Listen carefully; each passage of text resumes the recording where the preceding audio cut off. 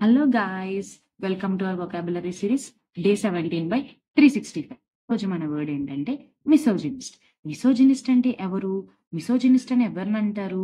Misogynist అంటే simple గా చెప్పాలంటే మన మన్మధుడు సినిమాలో నాగార్జున లాంటి వాడు అనమాట. ఈ మిసోజినిస్ట్ అంటే ఆడవాళ్ళకి ఆమడు దూరంలో ఉంటాడనమాట.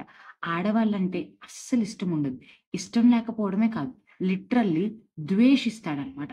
అలాంటి వాడిని మిసోజినిస్ట్. అండ్ ఈ మిసోజినిస్ట్ ని ఎలా డిఫైన్ చేయొచ్చు అంటే a man who hates women.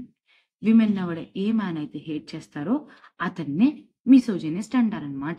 ఒక సెంటెన్స్ లో ఎలా వాడొచ్చు అంటే he is a misogynist and he hates the idea of a women being stronger than or outranking man, particularly himself. అతను మిసోజినిస్ట్ అయి ఉండడం వల్ల ఒక విమెన్ ఎవరైనా ఒక మ్యాన్ కన్నా స్ట్రాంగ్ గా ఉండడం, ఒక మ్యాన్ కన్నా తెలివిగా ఉండడం, తను ఇష్టపడ్డు. ఎందుకంటే తను విమెన్ నే ఇష్టపడట్లేదు. ఇంకా అలాంటిది మ్యాన్ కన్నా ఎక్కువ హయ్యర్ పొజిషన్ లో ఉండడానికి ఎక్కువ ఎందుకు ఇష్టపడతాడు? ఆ మ్యాన్ ఒకవేళ ఇతనే అయితే ఇతని కన్నా ఒక విమెన్ దాటి స్కిల్స్ చూపించి పైకి వెళ్తే ఇతనికి అస్సలు నచ్చదు.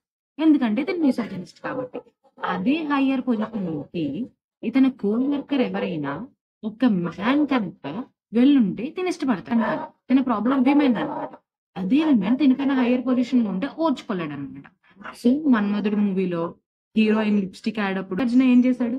ఐడియానే తీసేస్తున్నాడు. సినిమాలో నాగార్జున క్యారెక్టరే ఈ మిసోజినిస్ట్ కి పర్ఫెక్ట్ ఎగ్జాంపుల్ అన్నమాట. ఓకే, ఇంకా ఇలాంటి వర్డ్స్ రోజుకొకటి నేర్చుకోవడానికి సబ్స్క్రైబ్ చేయండి. Thank you.